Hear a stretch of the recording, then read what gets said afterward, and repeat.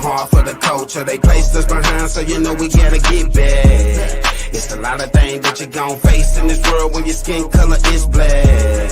Grind hard for the culture. They placed us behind, so you know we tryna get back. It's a lot of things that you gon' face in this world when your skin color is black. Black, black, black, it's black, black, black. Discrimination and hating got put through all that. Big dog, CEO, I wear all hats. Never lied to you once, I spit all facts. That was our people sprayed with the water hose. That was our women raped and then called hoes. How I'm done, my ancestor taught your child to read. Not to mention all the resources we created. Why they didn't want to see black families together. Would it be too strong with two parents at home? Young nigga better listen to this pimpin'. Don't you ever let the police get you slipping. Fuck playing with guns, educate yourself. Now lead your son. You gon' treat your lady right if you respect your mom. Otherwise, treat the opposition how it comes. You're only a slave if you think you one, nigga, yeah. Grind hard for the culture. They placed us behind, so you know we gotta get back. It's a lot of things that you gon' face in this world when your skin color is black. Grind hard for the culture. They placed us behind, so you know we tryna get back. It's a lot of things that you gon' face in this world when your skin color is black. Black. Black, black, it's black, black, cheddar, black. Hey, I'm just a king from the south. I had a dream like Martin, I hope I live it out. Hey, black on black crime, it's a new time. It ain't just the opposite, I gotta watch mine. They smile in your face. H.O.G Podcast, what it do, man? It's your girl, Lil Chad. Yay. Hey man, y'all know what it is. Friday, you know what I'm saying? January the 26th, and you watching your favorite people, the H.O.G Podcast Show. That's too subtle. That's too subtle. That intro hard. That intro hard, boy. Stop playing. Look, hey, you watching the hardest podcast on the planet. I'm your host, Cheddar. Hey, I would say if it ain't snowing, I ain't going, but find out later. Yeah. Theo got it. Hey man, you know what time it is. There's three things we do before we get in content. That's stay prayed up. Man, stay papered up. And stay what? Stay pulled up. Stay pulled up. You know what it is, man. H.O.G Podcast Show. We do this every Friday at 7 p.m. 2 a.m. Germany time. You know what it is. CEO got it out there on the Germany time. Tonight, we are talking raising daughters from a black mother's perspective, actually. Right here on the H.O.G Podcast Show. We got the ladies in tune. They're going to take over the show for y'all. We'll be in and out throughout the breaks. Y'all make sure y'all keep this shit H.O.G, man. Y'all have a great time. We out of this motherfucker, man. What's up? We switch with him, babe. Y'all later.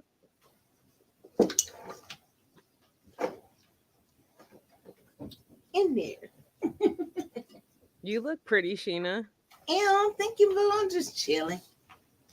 The kids are beautiful as always. Of course, and you are too. Thank you. It's like we cookies and caramel, dark chocolate and caramel. Yes. All right, let me get this little mic together because he got the mic right in my ear, mouth, and some more stuff. So, ladies, we are here to talk about raising our daughters from a black mother's perspective. Ooh. I feel like this is a good vintage session. Yes, my daughters they're gonna join one by one. Some, yeah, shying off, but she said she gonna come through. She said I got something to say because I want to speak for us because I guess they're misunderstood. No, very much. Okay, well, we got our opinions because we was once their age, and it's a lot of things I can say before I say them. So, what we gonna start as this is my daughter Sayana. Sayana, say hello to the H.O.G cast. Yes. Hello, H.O.G cast. You know who it is? This gang in here. That is, son, you already had this girls. He already had his duo. his debut. Yeah. No, but you can sit and eventually put your 2 cents in. Now, No, I doubt it. okay, well then just listen. So moving forward, ladies, we all got daughters and stuff here, right? So raising our daughters from a mother perspective, what is your motto that you would say that you give your daughters? Don't be a follower. Yep, that's our biggest one. And how can they imitate not being a follower? Because you know it's a lot of temptation, there's a lot of peer pressure that's going on in their little communities. It's just so much with social media. That is the main problem. Yep. Social media. Breaks from social media. Yep. I can't hear you. Oh, I was talking to Anthony. Oh, okay. So my daughter's talking about it's so much, but she takes breaks. Do y'all ever tell your daughters to take a break from social media or give them a time limit on when they can and cannot be on social media? Yes, I have my daughter's account, so I set the time limits that she could be on stuff. And then I'll lock certain stuff and she'll have to request time for it. She don't like it, but you know, that's what that's smart. You might have to show me that one because I ain't did that yet. Hello. Interesting. Hello. Hey. Come here, Ziona. My daughter just walked in the house, y'all. Oh, listen. She's ready. Something like that.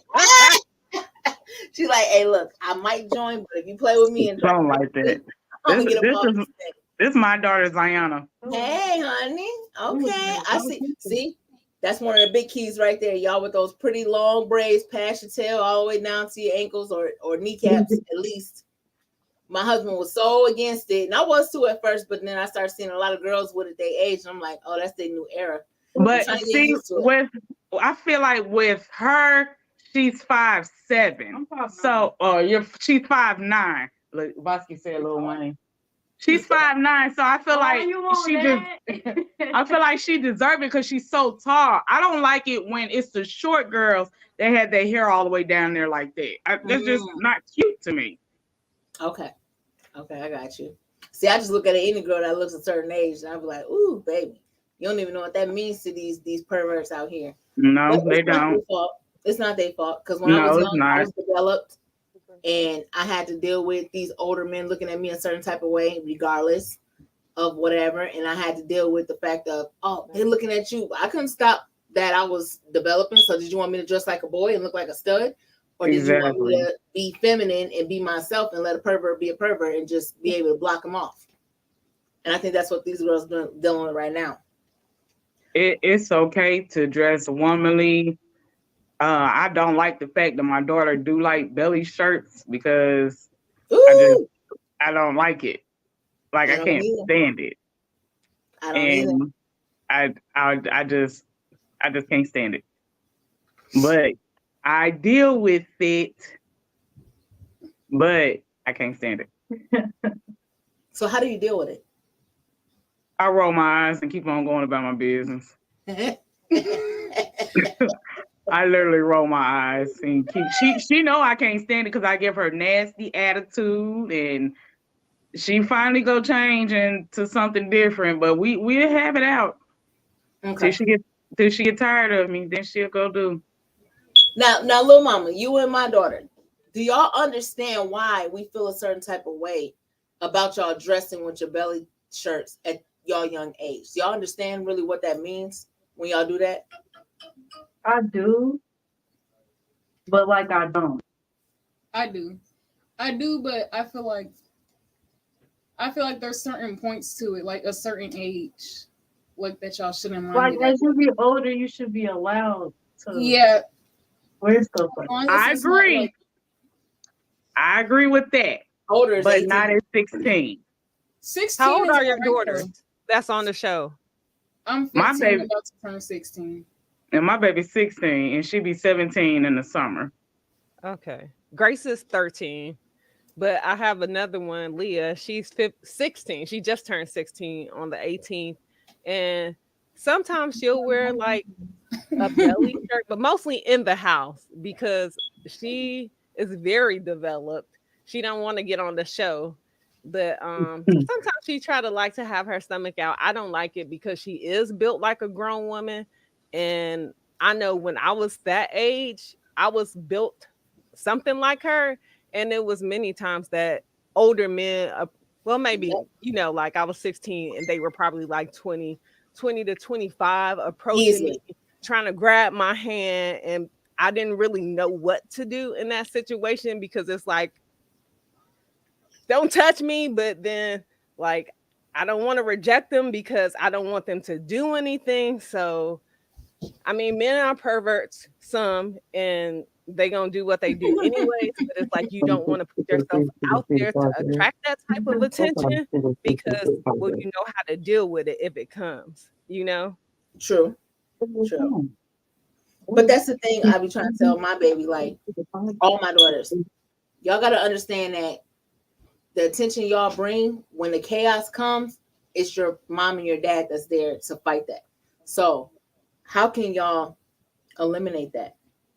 You don't need that. Are you doing it for attention, or are you doing it because it makes you feel beautiful? And that's okay if it just makes you feel beautiful versus I'm doing this because it's what all the other girls doing. Or sometimes we tie up our shirts, like, because it makes the outfit look better. It's not all about boys. We're not always worried about boys like how everybody try to make it seem. But we know how boys are. We know that they, thirsty. they're gonna be thirsty, but we let them be thirsty as long as you know how to block it out and know how to just go on about your day. Then I feel like there shouldn't be no problem wearing it. Interesting. She got the comebacks. And then you got a reason when they think they know what's going on. Like, ma'am, I still don't agree. Yeah, because they just don't know we have done it. Definitely. Definitely. And I even said that too. It's not about the boy. I said that too, and it was. I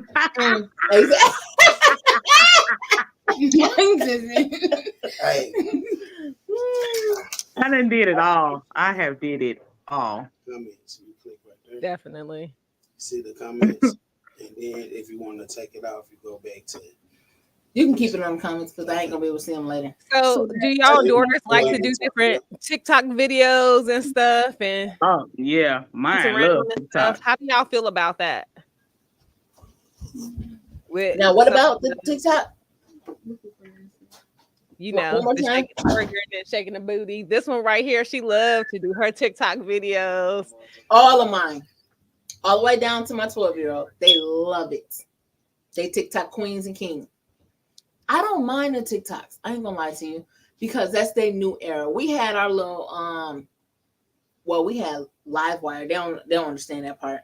And then we had the best thing we had close to them was our MySpace. And when we got MySpace, it was over. Like, oh my goodness, I could see them, they could see me. We thought it was that. We never had really do that. I did have a MySpace page, but like I wasn't really active on it or anything like that. So I had it all. I had MySpace, Black Planet, Yahoo. Yep, Black Planet. I forgot about Black Planet. I had them too. I used to love that because in school, I was kind of mean a little bit. I wasn't mean. It's just I didn't trust people, so I had a small circle. And yeah, she just like me. My other kids, they're a little too friendly for me. Too friendly. But except for my oldest daughter. People like to stalk you and save your stuff, take your pictures, and do God knows what with it. That's the thing that makes me not like social media so much and like not post stuff because it's like you just never know what people gonna do with your stuff. And I've seen people do some stuff with people's pictures and stuff, and of course they don't know that, but your stuff is out there. You put it out there. You can't control who get it and see it and do what with it. So that's because they think it can't happen to them.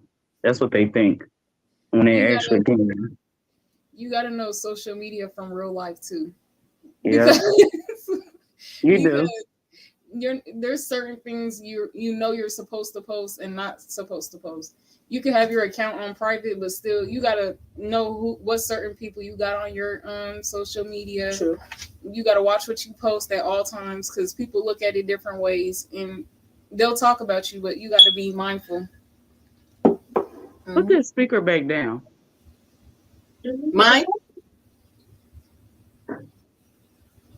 So let me ask y'all, when should it be acceptable for our daughters to wear makeup? For me personally, I didn't grow up wearing makeup. My dad was very much into like natural beauty, so I didn't wear nail polish.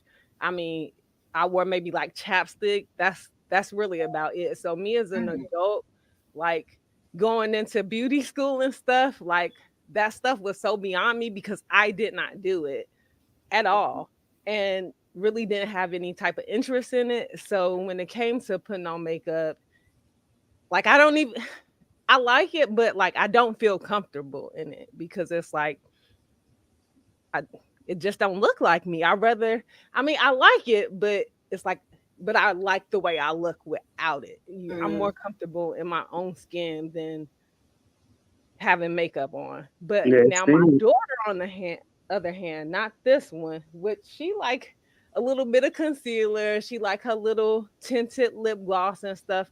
And she's 13 and I'm okay with that because like I want them to be able to learn how to do it and not look like a clown like some people. But like at an age appropriate level. So to conceal your under eyes or any blemishes that you may have and a little bit of gloss or whatever, that's fine at 13 to me. But like when you ain't 13, 11 and below, 12, no. For me, as my daughter, no. The 16, so you said 13 or 14? 13 is fine for me. Oh. But not no full face of foundation and all that stuff and like bold eyeshadow and stuff and red lips, no. No, something just very natural. My kids would love to be at your house. Okay. You said what? My kids would love to be at your house. Because Oh, baby, me and the hubby be like, that's a no. yeah. 16 no. is when you're gonna start. For me, I'm fine with that because I'm trying to open up to it. it's okay to Like me. their culture is different. And I'm trying to start letting my daughter at 15 explore her eyelashes and stuff because she want to be an eyelash tech. And she's practicing on that. So I'll be trying to let her explore that because, like I told my husband, you're going to take away their femininity and then be mad if the outcome be something different. So let them enjoy that. Boys is boys. Boys will be boys, is what I tell him. If they come, they're going to come. So what?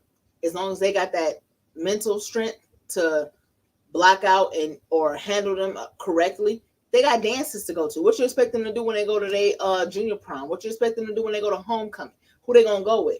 You understand what I'm saying? So, I mean, they already prepared for that type of stuff. And as long as we put in them what to avoid and or how to protect themselves in situations, they're gonna have a strong mind no matter what they in. But don't take away them being feminine and enjoying the beauty that they see within themselves or expressing their beauty. As long as it's not sexually or too provocative, let them do them. Let them embrace them. And I feel like this society, especially though the ops, those that are against Black girls anyway, anything we do, if we talk too loud, if we dress too loud, if we look too good, it's always going to be a negative around us. So I'm trying to help my daughters embrace that no matter what you do, it's always going to be a no man. But at the same time, you stay your yes man because you need no validation from nobody. What you see as beauty, when you look in the mirror, that's beauty, no matter what. No matter how you dial it up, I got hair under here, long, nice hair. But I like, look, now my edges might be a little ate up a little bit somewhere in here, but that's another story. However, I got long hair around it. start wearing wigs. But moving forward, I'm gonna wear my wig because I like to wear my different color wigs, and that's me. That don't make me less beautiful than the next or whatever. I don't have to have all my natural hair. I wear my natural hair and it's long, and then next thing you know, it start breaking off because it don't like heat. It don't like a blow dryer. It don't like nothing. So you won't have me wear my hair in an afro all day just to be beautiful to you. That's not gonna work. So that's why I try to teach my girls, like, look, don't let nobody tell you that whatever you consider beautiful is not beautiful. Because a lot of these men or boys like to say, I like natural beauty. Boy, please. You be clicking all the hearts and likes on these girls out here whose bodies ain't real. Yeah. Weave all the way down their tail. Nails fake. They got Botox and injections and everything in their face. What are you talking about? Beauty to me is what you see for yourself. It ain't about, because when you see beauty in you, no matter what you do, when you walk with confidence with that, and you know you are confident in what you're doing, everybody gonna rock with what you do because you got your own swag. My kids, I tell them, y'all got your own swag, your own identity. Anybody around you, they're gonna follow you because y'all demand that floor when y'all walk through that floor. You gotta stand out. That's it. Stand out. If your clothes are a little weird to some people, it's okay. As long as you fly, they're gonna start dressing weird. They sure will. That's the definition of fashion. Mm-hmm. Somebody always copying somebody. As they do. So just so I make this clear tonight, real quick, I had to give a little shout out because I know I ain't said it yet. But YTB Fats is out here. He live with a performance at the Vanquish nightclub. If y'all ain't here in Minnesota, the Vanquish nightclub, go see YTB Fats. That's family around here. Go check him out. Music bumping. We all know that. If y'all got time tonight, go holler at him real quick. I don't know how to do all that little on here. Joe or Gotti should have been doing that real quick. He already knew that part. We're just here to give our opinions and what we deal with as Black mothers. We're here to vent. I'm here to vent. Vent like a mug. So, with venting real quick, I had to tell my daughters, I was like, one thing I wanted to express is it's hard raising Black daughters. Real talk. It's hard. Yeah. Not only do we have to guide y'all when it comes to boys, we got to guide y'all when it comes to just carrying the weight of life on y'all, because I know a lot of our Black men and boys think that, oh my God, we are the ones that go through this and that, and we take this heat and this, but the Black woman is very, very underrated and took it for granted. And y'all don't understand the strengths of what we go through. I ain't sure. Go, Cortez, go tell your pops to come down here real quick. And especially with them being in high school too, because the white teacher acts like they care about y'all, but they don't care about y'all. They just there to get a check. They don't give two shits about y'all. And I tell my daughter that all the time. I told her that in front of them white folks. I said, these folks do not care about you. Get your shit together. Get y'all shit together. Listen, our kids might have been embarrassed many a times. There you go, right there, y'all, real quick. YTB Facts at the Vanquish here in Minneapolis. If you got time, go check him out tonight. You know you're going to bump that thing out. Come through, slide, show your little support for sure. It's always appreciated. He is that next thing in this thing. Real talk. And that's not just because of no kinfolk type thing. He really bumping. Now, back to what you were saying, though. Me and my husband have been up to that school. Baby, I was ready to fight other people's kids. I'm going to admit that on camera. I was going to fight your children, okay? I don't play when it comes to my kids. You got to wipe all right here, girl. Do you need a seat? Yeah, you do. She just wanted to say hi. No, I didn't. Come say hi. This my other one. These two right here. This is my sister. They be having me. She done clicked out. Where's it go? She done clicked out. Okay. Well, I'll talk a little bit about going up to the school. This daughter right here, Grace, one of her friends, well, I can't even say a friend because no friend would do this, But she just came up to her We'll and get it back. like slapped her in the back, like for no reason, just hit her in the back. And they caught it on video, and you could see her like go like ow and start crying. Ooh. Are And you no serious? at no point in time did the little girl ever come to her like, "Are you okay? You know, like I'm sorry, it was just a joke. I didn't mean to hurt you." You know, show any type of compassion or remorse for what she did. And so the school did not call me. Mhm. She didn't tell me because she know, you know, Exactly. I'm going to straight like Mama Bear. I'm Right. and they mama, bring your daddy. We got Right. something for y'all. Granddaddy too. Exactly. So another parent called and was like, is Grace okay? You know, I'm so sorry that this happened to her. And I'm like, is she okay? What happened to her? Like nobody told me nothing.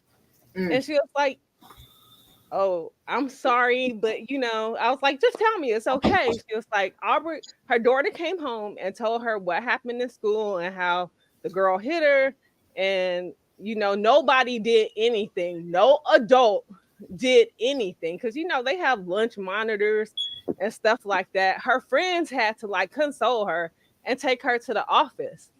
You think somebody would call me because it happened at lunch, but nobody did. Their excuse was like, "Oh, well, we were busy and we're low on staff, and you know."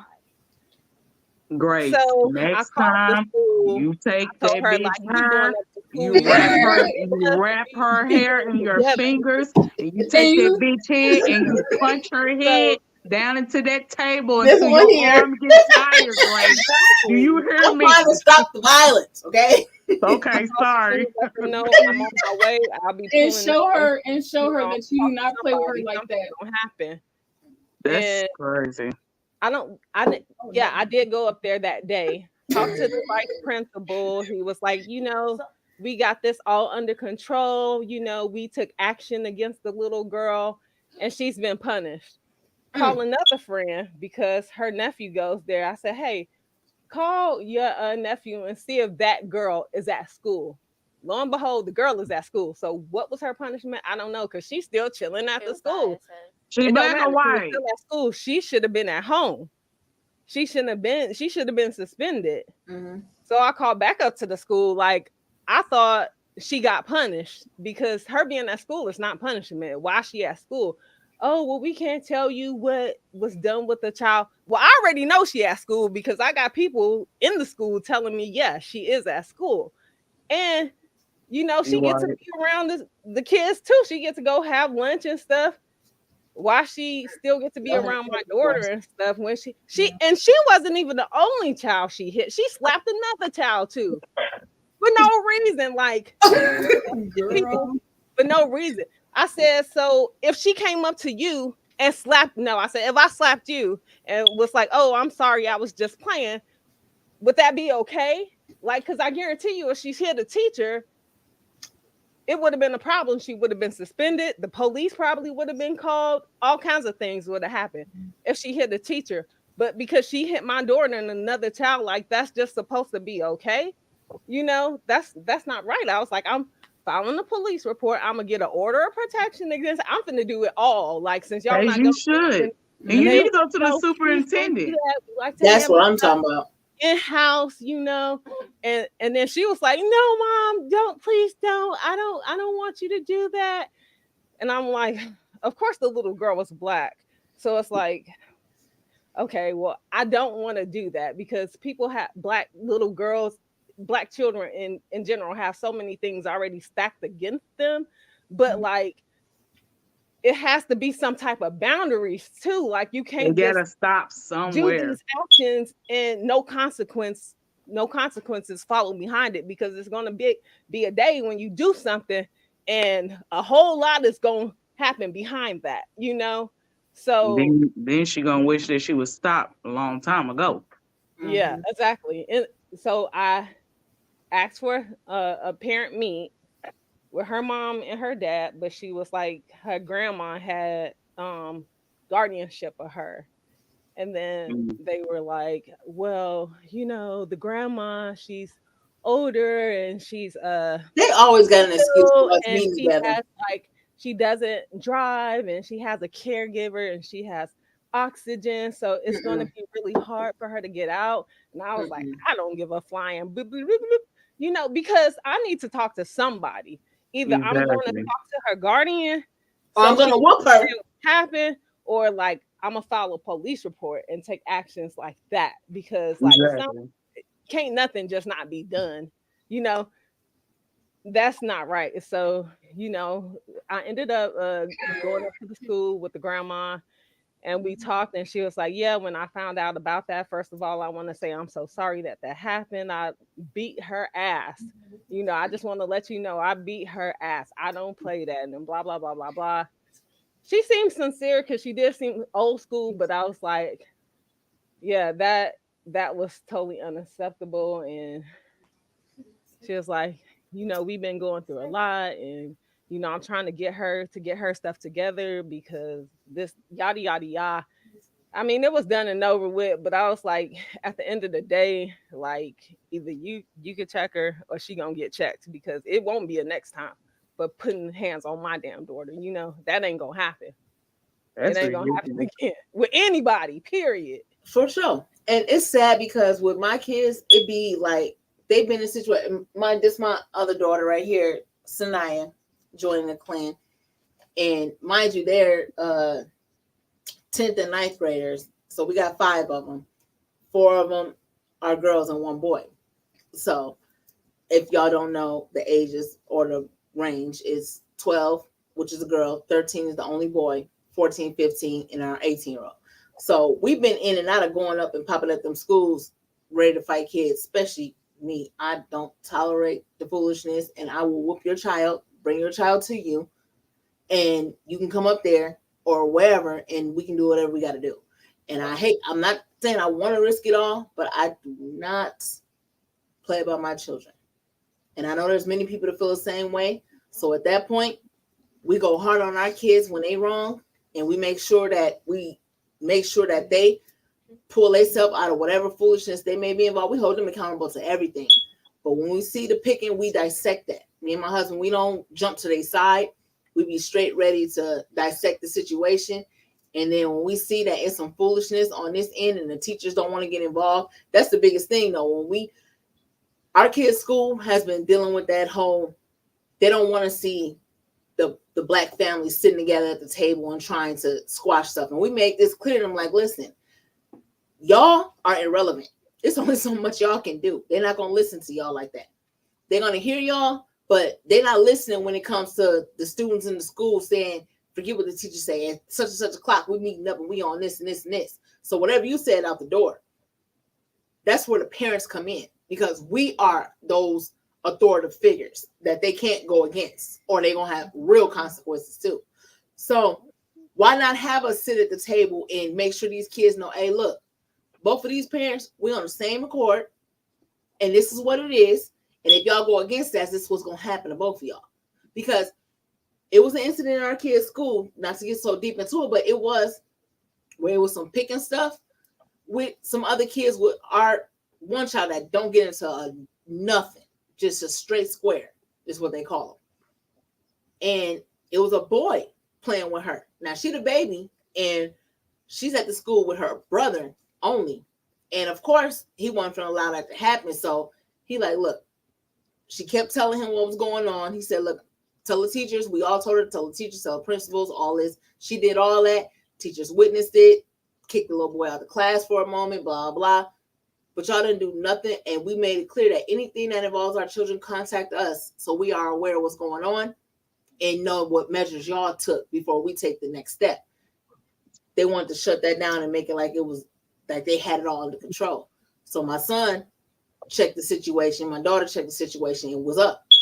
However, it wasn't up to that point to where they already boxing in with all that. They called the police. I went off. This is some square cornball type stuff to do, because first of all, we're in a city. I don't care if it was in the suburb.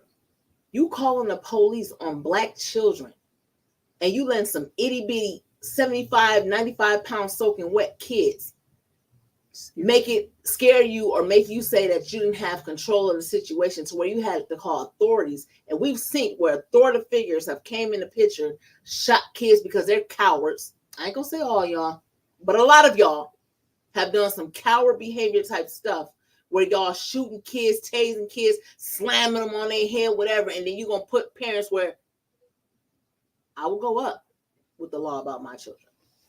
I'm sure my husband would too. But you,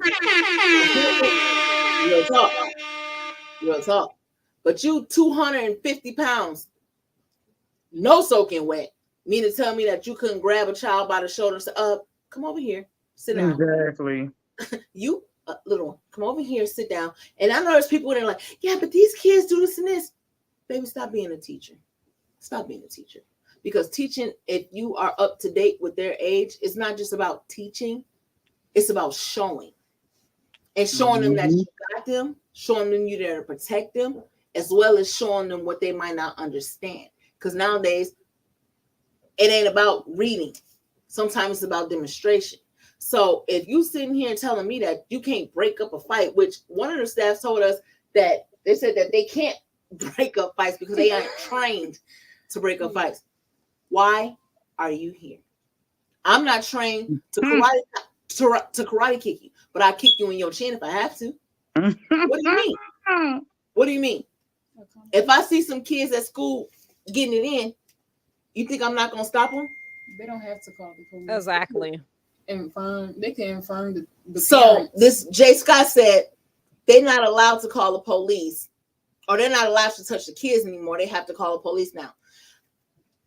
Unfortunately, Jay Scott, I totally understand that, and I've heard. So you ain't lying. I still. I've been seeing them videos. Well, unfortunately, I'm the teacher that you're gonna kick out because I'm gonna grab you by your shirt in the back, and y'all gonna be lifted up off your toes, and y'all gonna go this way. And if you don't want to do that, then that's when I gotta risk it all. And if you try to think you're gonna fight me, then I'm sorry, ma'am, I did have to lay your child flat on his head. And then I feel like it's just the teachers that ain't never fought, didn't have older brothers or sisters, or they didn't get abused when they was kids. They're the ones that get beat up. Literally, because there's no way that, or go take a kickboxing class, because I'm not against you drop kicking one of these kids, because sometimes they need it. And parents, y'all need to get in that same zone. Exactly. Your little bastard is out here acting like they want to play with a grown-up. Hey, that grown-up coming to school every day trying to teach you, knowing you hard. Us parents sitting in the house and get frustrated when there's 5 kids sitting at the table and everybody asks for help with their homework and somebody act like they don't know something. What you mean? Read it. You know, we get frustrated. So I know with 30 kids in your class, you really off the chain with it. But if you telling me you can't control that situation, no ma'am, or no sir, you do not need to be around my children. Not at all. You can't even protect them, let alone stop them from fighting. Listen, no questions asked.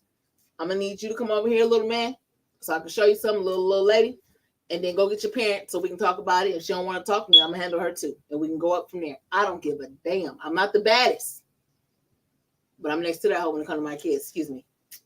So, moving forward, y'all. Commercial break coming soon, y'all. It is. We're gonna take a commercial break over here, y'all, real quick.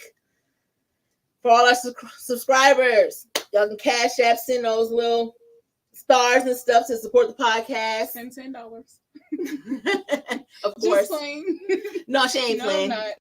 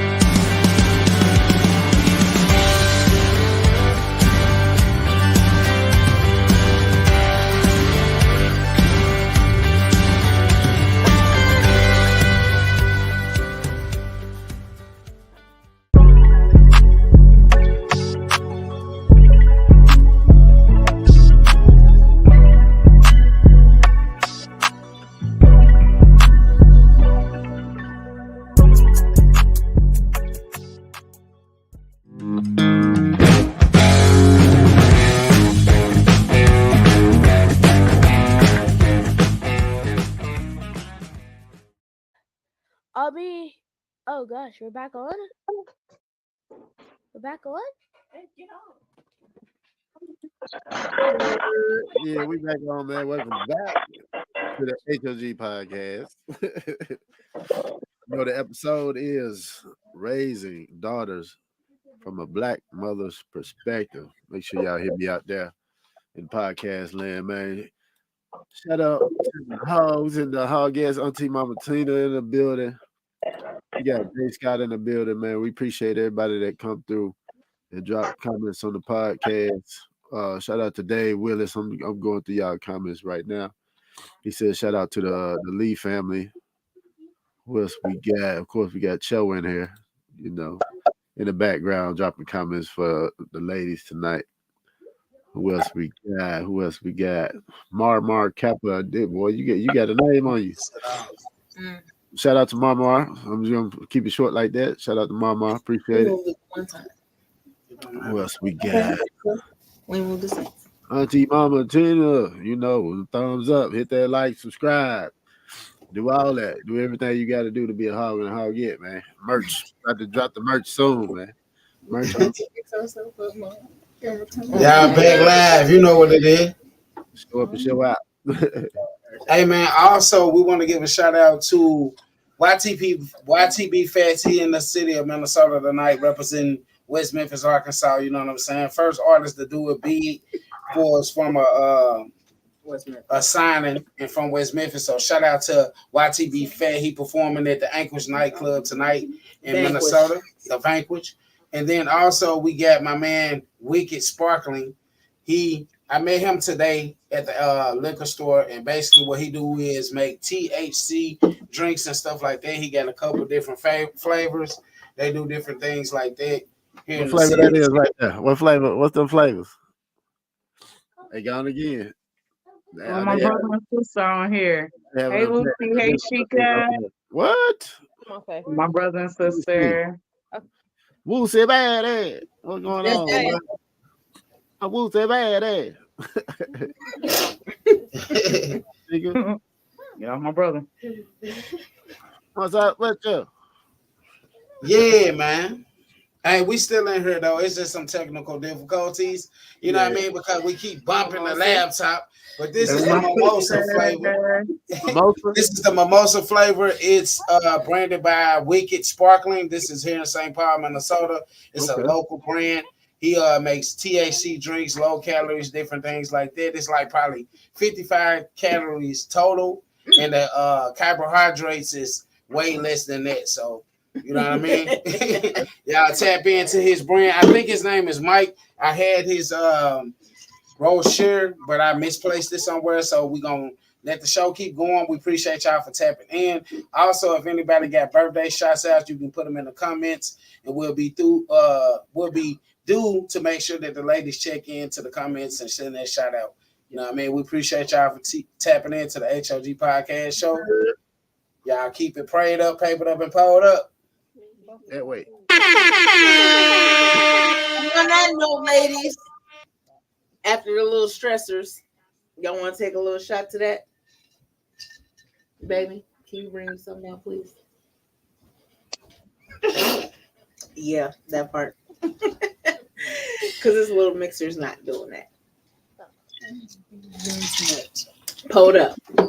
So, while he doing that, ladies, yes, how do we handle our kids when it comes to their associates?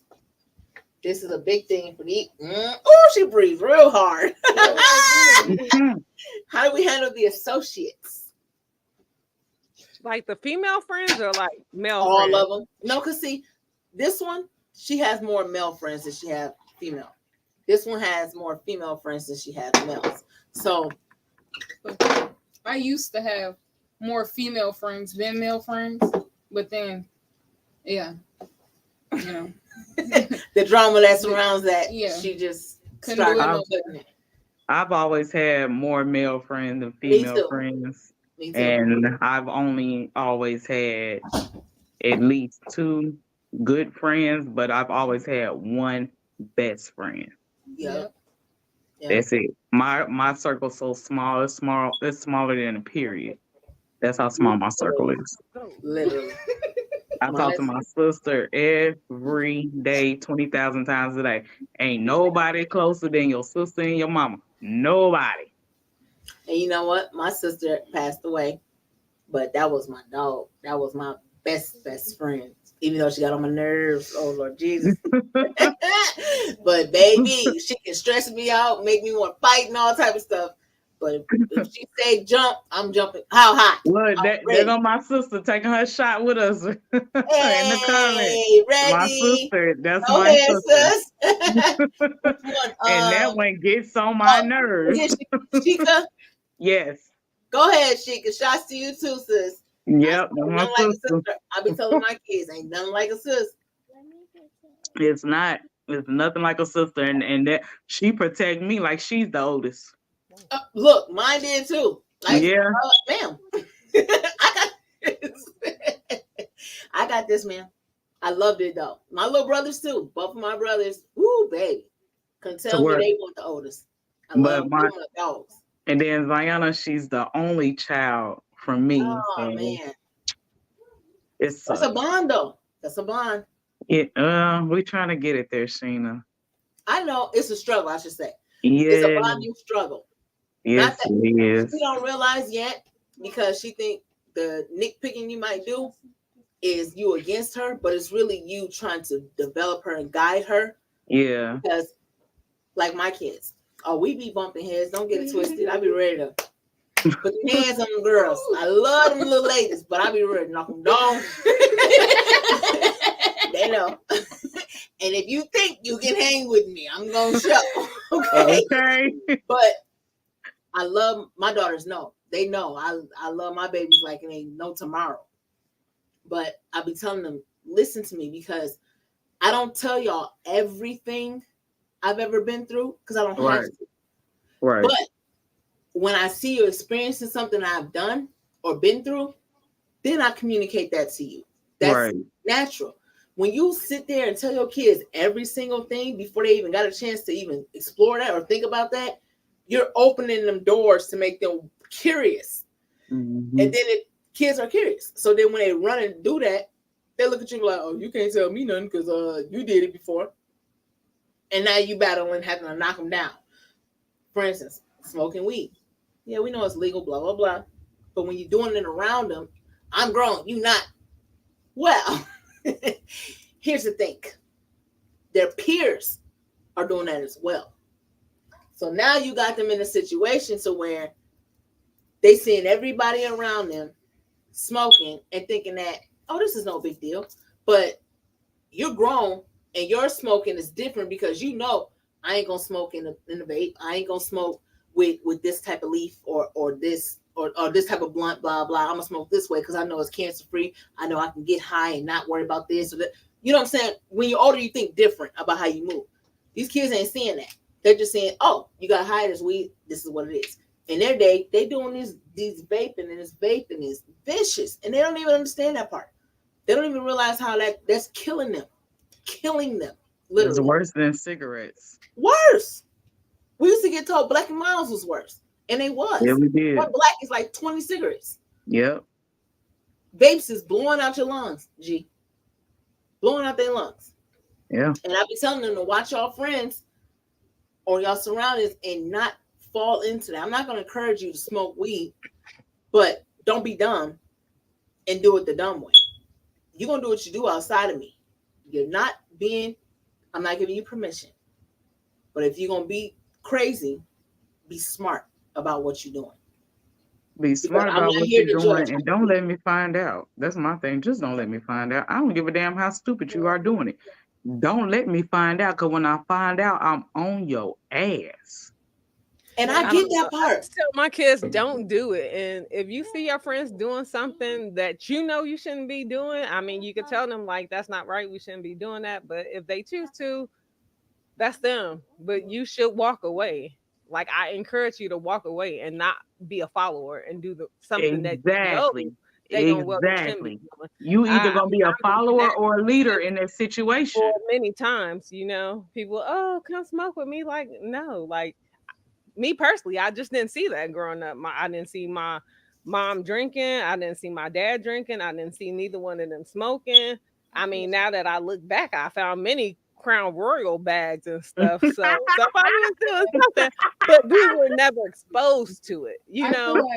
I feel like kids should be able to come to their parents about what they're doing so they can give us direction. As long as like they're giving us direction on what to do, or be smart about it, then Judging. Yeah, instead of judging, instead of us like trying to hide it from y'all, I feel like we should be able to come to y'all. That's the camera so they can see you. We should be able to come to y'all so then y'all can give us better direction of what to do and what not to do. Definitely. But don't come to us when it's too late. Sometimes it's like that when we create that atmosphere, though. I'd rather you come to me and talk to me regardless beforehand, right? You thinking about doing it or after you done it, because we could always recover from anything. So I want to know, period. Now if you come to me when it's too late, now mama got to think about how mama gonna help you fix this, and that's even more stress on mama. So I understand what you're saying too on that, because that's real. And sometimes some of us can't handle too much of that foolishness. And I be trying to express to my kids, like, too much.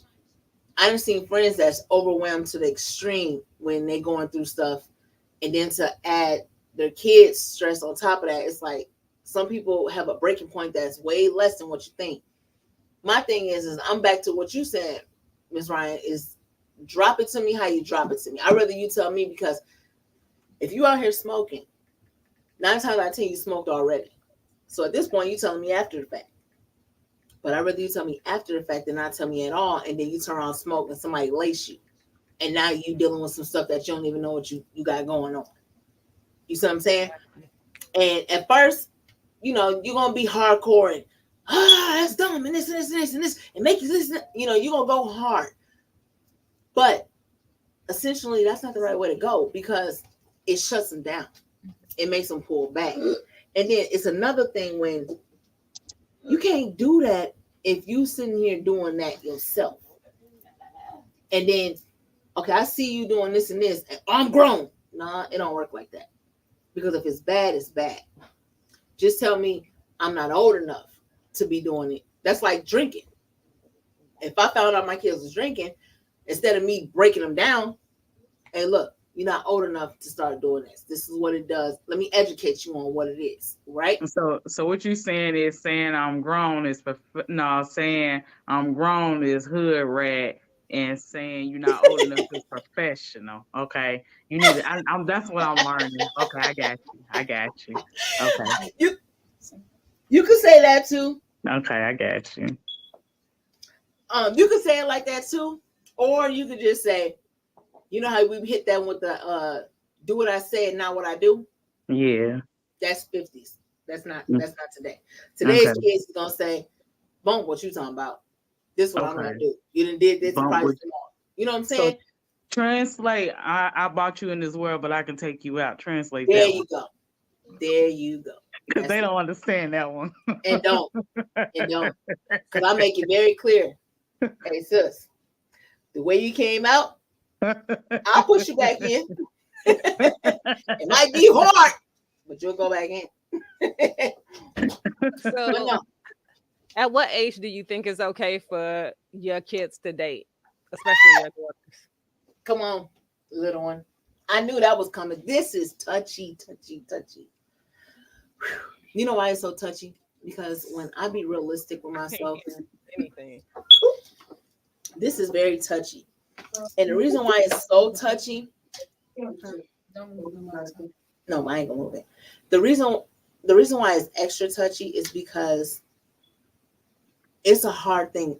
I could say 1916, and that was ideally what me and my husband had. But you go to high school in 9th grade, you're 14, 9 times out of 10. Now at 14, you got homecoming, you got Sadie's, you got all these dances, and it's like, who your child going with? So you got them going girl on girl just to make sure that they're not with another boy, when in reality they already low-key dating. Now I still can't fix my mouth to say that's your boyfriend. I say your friend or your male friend. But in my mind, I know what y'all in school calling yourself. Mhm. I know what it is. I've been there, done that. But it's like these schools already promoting that because they're this dance and this is how y'all supposed to come. Say the girl and the boy come together and y'all dress alike and this, and like, you know what I'm saying? They already on top of that. So it's like, how do I make sure they know if you are considering yourself this and that, it's boundaries to that. That's why these niggas, but I've been in school with this girl. She's my high school sweetheart.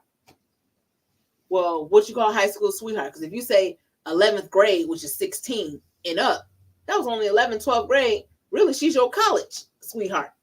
Because you only had 2 years together.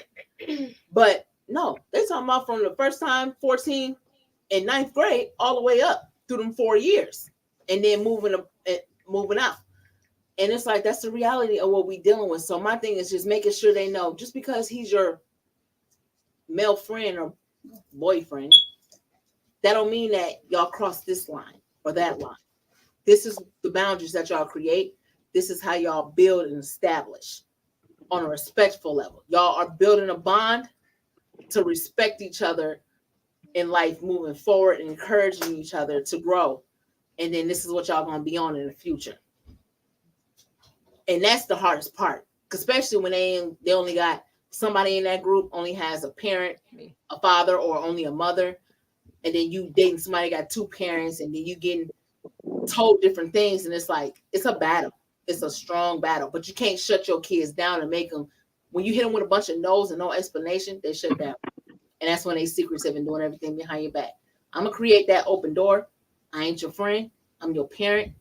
But be honest with me so I can guide you. I'm not going to shun you. I'm not going to make you feel bad about your decisions, but I'm going to guide you and help you realize what decisions you are making and rationalize with that decision. That's it. Do you agree? I agree. But I feel like they can't hear you. I feel like there still should be a certain age. I agree. But I feel like there should be boundaries too. Like, so what's that age you think? I think 16 or 15 is the best age. But 16. Really 16. Yeah. Okay. Yeah. She's 15. We're going to say 16. 16 is the best age, but you know. So I feel like worrying about boys, because I already did worry about boys at a young age, and I do realize what my mom was saying. It do distract you. Man. And it gets you, boys are not the hype. That's why you don't need to. When boys, you do not need to be worried about them because they're all the same. None of them are going to change. They're not they're mature, mindset yet until they get to 11th grade or like sophomore year. So you might as well. So if you do get a boyfriend when you turn 16, like, what do you do when you're a boyfriend and girlfriend? Like, what is the relationship like? Or what do you think it would be like? I think it would be like them meeting my parents, just learning each other, respecting each other, getting to know my family. Because I feel like if you don't like my family, or if you don't know my family first, then if my siblings don't like you, I'm not dating you. It's just that my siblings gotta like you. That's what it is. Okay. Amon. All right. Okay, I see you. Okay, Auntie Tina, I see that in the comments. She's talking about you might think your kids not listening to you, but they are. And I agree. They are. It's a little different. So I see you, Jay Scott. You said dating is the intent to marry. What are teens offering each other? Ooh, that's a good question. Okay, go ahead and answer that. What y'all dating? Offering? What are we offering? I need y'all daughters to kick in on this one. What are Somebody y'all over here said money? Money? That one over there said money. Did I not tell y'all? If it ain't about the money, get up. But no, conversation. Teens, I feel like we're not worried about marriage right now. Some people are, but sometimes people be bored. They want somebody that they, for their high school years. I honestly don't. We'll talk. Oh well, some people, they got Go ahead. options. Options, people like to call options, a HOE, but it's not that. It's just options. Nobody wants to get married this early. I'm sorry. I don't think. What's your intent when you dating? Is it to marry? Because it's not for me. Interesting. So when you date, what is it about? Or if you were to date, what would your intentions be with that person? What's the longevity of it? Just to say you have a boyfriend? No, I don't know. I don't know how to explain. That means don't date. I have another question. Yeah. So, being a young lady, what do you think about saving your virginity for marriage, or do you think it's okay to, if you've been dating a boy for like a year or 6 months, it's okay to have sex with him, or do you believe in saving yourself for marriage? And I'm just asking because I have a son, and he said he waiting until he gets married to have sex. Beautiful. So I do believe it's 20. best. So I'm just. Can y'all be quiet because I can't hear? I do believe it's best to save it for marriage, but things happen. Things happen, and we have like our hormones kick in, and sometimes we need to control. We need to learn how to don't be a horny goat. Don't be what your daddy is saying. Yeah, don't be that. But it happens. But if it talk to your parents because they will help you. But do y'all also understand that just because he say he love you, that does not mean that he actually love you, and that could be a joke in the end on your behalf. Mm-hmm. He can go back and run and tell his friends that I just F such and such daughter. I don't know your name, baby, but he can say I just went back and hunched her. She gone. That's what they love to do. So how would you handle that? And this is before you're married, because if he's married to you, he shouldn't be talking about y'all business. I would beat the boy. Skin off the boy. And but you got to hold yourself accountable. I will hold myself accountable, but I don't have to explain to people what happened or not. I would tell them no, or mind your business that pays you. I wouldn't even answer nobody for real. I wouldn't. No. You don't have to answer nobody, but I'm not giving no explanation. Don't answer nobody, but don't be embarrassed about the decisions you made. Yeah. No, I'm gonna grow from them. That's right. I know personally, like for myself, I wish I would have waited until I was married. Me too. I wish I would have, but my mom didn't necessarily talk to me about sex. It was just more of don't do it. You shouldn't be doing that. But like you become, well, I can't say all, but most females become so emotionally attached once they had sex to that person. And I don't feel like majority of boys or men are like that. So it's just like you connected to this person and they don't really feel that connection until they want some again, And so you kind of get your feelings hurt, and so some people could be so emotional and don't know what to do, don't know how to control it, because this is like the first time they ever done it. And who do you really talk to? Is it like, Mom, I had sex with so and so, and now he doesn't really want to have anything to do with me, and I feel this type of way, and I don't know how to handle that? Or do you just hold it in or talk to your friends? I'm sorry, can you repeat that? When a boy, you've done it, or you've given that boy, whether it's your virginity or too much time to where you're attached to him emotionally, and then he cut ties with you, now you heartbroken. How do you deal with that? Who do you go to? I don't get attached to people. I feel like it's very easy for me to cut somebody off. So I don't know how to explain how I would deal with that, to be real. So what about you? Yeah, you do. Put your hands down, girl. I don't know. If you feel like a boy is cutting you off when you really liking him, how do you handle it? Nobody's gonna cut me off before I cut them off.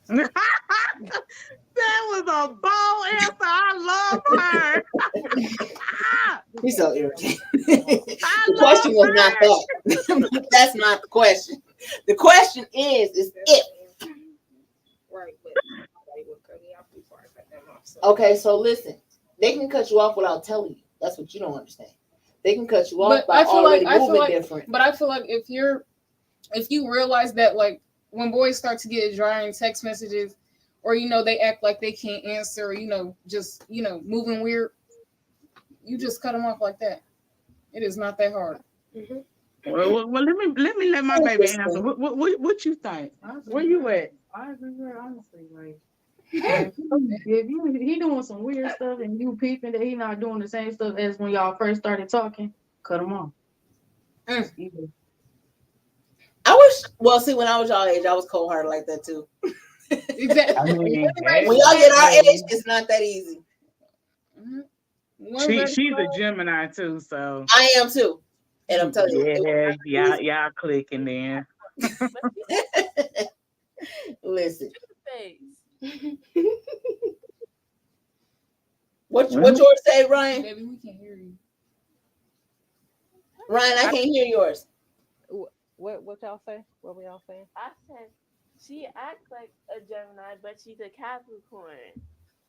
Oh, okay. She looks like a Gemini. What do you mean? She acts like a Gemini. She's like mean, but like sometimes she be switching it up. Like in the morning, like she. That's Gemini, Grace. That sure is. She be mean, sometimes she be switching it up. Her Gemini. behavior changes. Like so mean. That's true. Did you just say that? Yes, I did. So what she said? Yeah. Are you on the podcast? Yes, I am. Dan told me to check the comments. The comments right though. Arkansas. What Auntie Tina said? Oh, I didn't see that. I just saw my daughter was checking the comments and she said, so Auntie Tina said, when you start dating someone and all his conversation is about sex, drop his ass because that's all they want, and then tell their friends, and it starts to give you a bad reputation, and it does. And it do. And it does. Say that, Auntie. Woo! Where that siren at, Gotti? You're right. No, press it right there. Oh. Definitely it don't matter. I've typed it already. I don't know why you pour that whole bag of rice in there. No, real talk though, Auntie. That's real. How much rice you put in there? We've been there, done that. That's coming from an experience. But how much rice you put in that pot? How do y'all feel about dating or bringing home male friends when it comes to introducing them to your father? Oh, or parents. The Taylor girls. Parents. Oh. Hold on. What's this about? Ignore that. About to ask a little question again. So Taylor girls, what we and my kids had this conversation. This is what was the question again? How do you feel about bringing home male friends and introducing them to your father, especially if it's like the potential to like date? Like, I want to date. What do you think about bringing boys home? You didn't did that. What do you think about bringing boys home? Like male friends, like actual male friends, or like one boy that was talking on, or like boys that like you. Boys that like you and you like them too, and you want to date them. Boyfriends. Snide, what you feel? I feel like if I'm bringing them around my dad, that means I really mess with them. But like, we would have to have a good bond. But to meet my dad, yeah, you're gonna have to be very much, top tier to meet my dad. I'm not letting a bum meet my dad. So. Don't bring him home unless you're ready for 50 Cent 21. Yes, Sheikah, you said that. Don't bring him home to dad unless you're ready for 50 Cent 21 questions. And say less, because my husband, Lord Jesus, he gonna chastise the mess out you, baby. And my uncle. And my brother, that little bro. Ooh, baby. As they should. And these were just homeboys that came to the house. And they chastised the mess out. They both chastised them boys, had them scared. As they should. My See? boyfriend is the same way with Ziana. He chastised her friend on the phone terribly. Who? Hey, that one boy when I was working at Taco Bell. Oh. Said, don't forget. Right. Mm-hmm. Terribly. You know who it was. And that's how it is with them. Like I told them. With me, no boys met I ain't have my father. I had my stepdad, but my mama. Male friends. No boys was meeting my mama. You had to been a special something to meet my mama because my mama was not going. And you had to show that you was coming with it. Coming with it. And that's why I be telling my daughters, like, these so-called friends that are boys or whatever, what are they offering? What are they bringing to the table? Yes, yes, yes. That table comes back out even at a young age, fellas. Yes, it does. You ain't got no money? There's no reason why you calling me your girl and I ain't got no change in my pocket. And you over here flashing an arm full of money or a handful of 20s or whatever the case is. It don't work like that. It don't work like that. And your boo, whoever boo, all the boos. You see what I'm saying? That's that foolishness. Yeah. You can't call me your girl and my pockets don't look close to yours. I ain't saying they got to be exactly like yours because I'm a hustler. I'm going to get it. But closed mouths don't get fed. And growing up, you got told if you had that between your legs, there's no way you should ever be broke. Now, that don't mean at your age that you giving up that to get that, but you got the gift of gab. And the gift of gab is enough. They want to be in your presence by what you say, how you carry yourself, your aura. I tell my son the same thing. And my son was young, bringing home money from girls. And I'm like, I'm going to go tell their parents, what you doing over here bringing home $40 and you only in fourth grade, fifth grade, fourth grade. What? I'm going to tell she stole that. What happened? And it's like, but the gift of gab. And I teach my daughters the same thing. I'm sorry. Time is valuable. Valuable, babe. And if you're going to harass your parents and we working in whatever, we're going to provide for you anyway. But we over here working and doing what we got to do to provide for you. But this person getting all your attention and time and you over here with attitudes and stuff, you should be making sure that person making sure you're straight. That's right. Canteen or cantonine or whatever that stuff is. What's that stuff y'all get at school? I just said some jail stuff. What's that stuff y'all get at school? The snacks. The snacks. What are you talking about? I'm sorry. What's the snacks at school? Huh? Canteen. There you go. That's at school. He should be able to pay for all that. Dad said it's not in him. I mean, it's in him, not on him. That's true. My brother is very much that boy. He is that dude.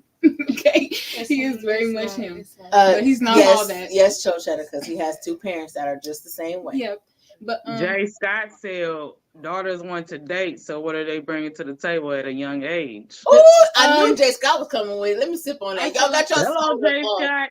I need to take a shot to that one. I like that one, Jay Scott. Thank you. Come here. Don't go nowhere. Come here. Come here. Jay Scott. I'm trying to walk off. Come here. Ladies, it says daughters want to date. So you want to date. So what are you bringing to the table at the age of 16? What are you bringing to the table? What do I need to bring to the table? Oh. You don't need a date. You bring in your beauty, your brains, your conversation, your time. Right. And we're bringing those boys that attention because half of the times these boys don't get attention from girls until they start messing with some pretty like this.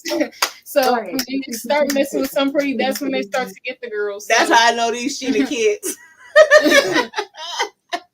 Cheers. Come on, get the mic. The mic is good with or without. Yes. No, but I do teach them that. That right there, Vosky, your homework. That's it. Yes. They want to know what college you going to. And if a nigga ain't on the level that you on, trying to go what college you trying to go to, trying to see what your major is, y'all don't need to be dating. Period. I wish I would have known that 16 years ago. How was y'all going to advance each other's life? Because that's for real, though. I want a girl that's going to advance my son's life, and my son, I want him to advance a girl's life. You don't want no girl that ain't motivating your dreams or you not motivating hers. It's a two-way thing, and I feel the same with my daughters, too. It ain't about taking.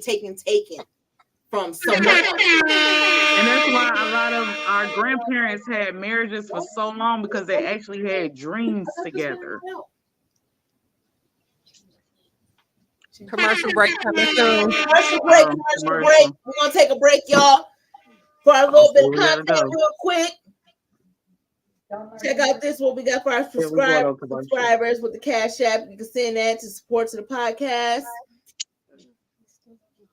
Scotty, go ahead.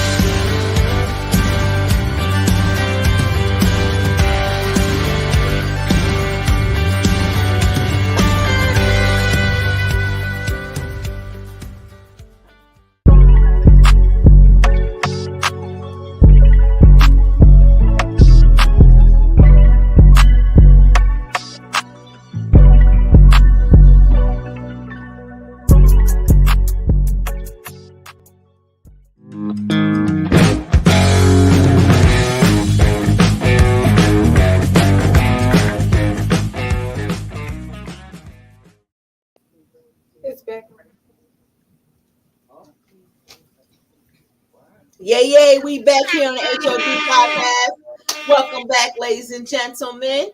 We're here with us ladies talking about raising daughters from a Black woman's perspective. And we know how that may be. We know how hectic it can get. We know how the world can be on our shoulders, how we are already judged by the way we walk, the way we talk, the confidence that we have, our melanin, whether it's light enough, dark enough, our content and what we talk about, our verbiage, whether we've been born and raised in the suburbs or the cities, or if we're intellectual or not, all that type of good stuff. So I know we haven't really gone in on that part, and I wanted to elaborate on that just a little bit when it comes to just making sure that our daughters know that just because you are not, well, a lot of us parents are like, oh, we want to raise our kids in this area because we want them to have a better education, blah, blah, blah.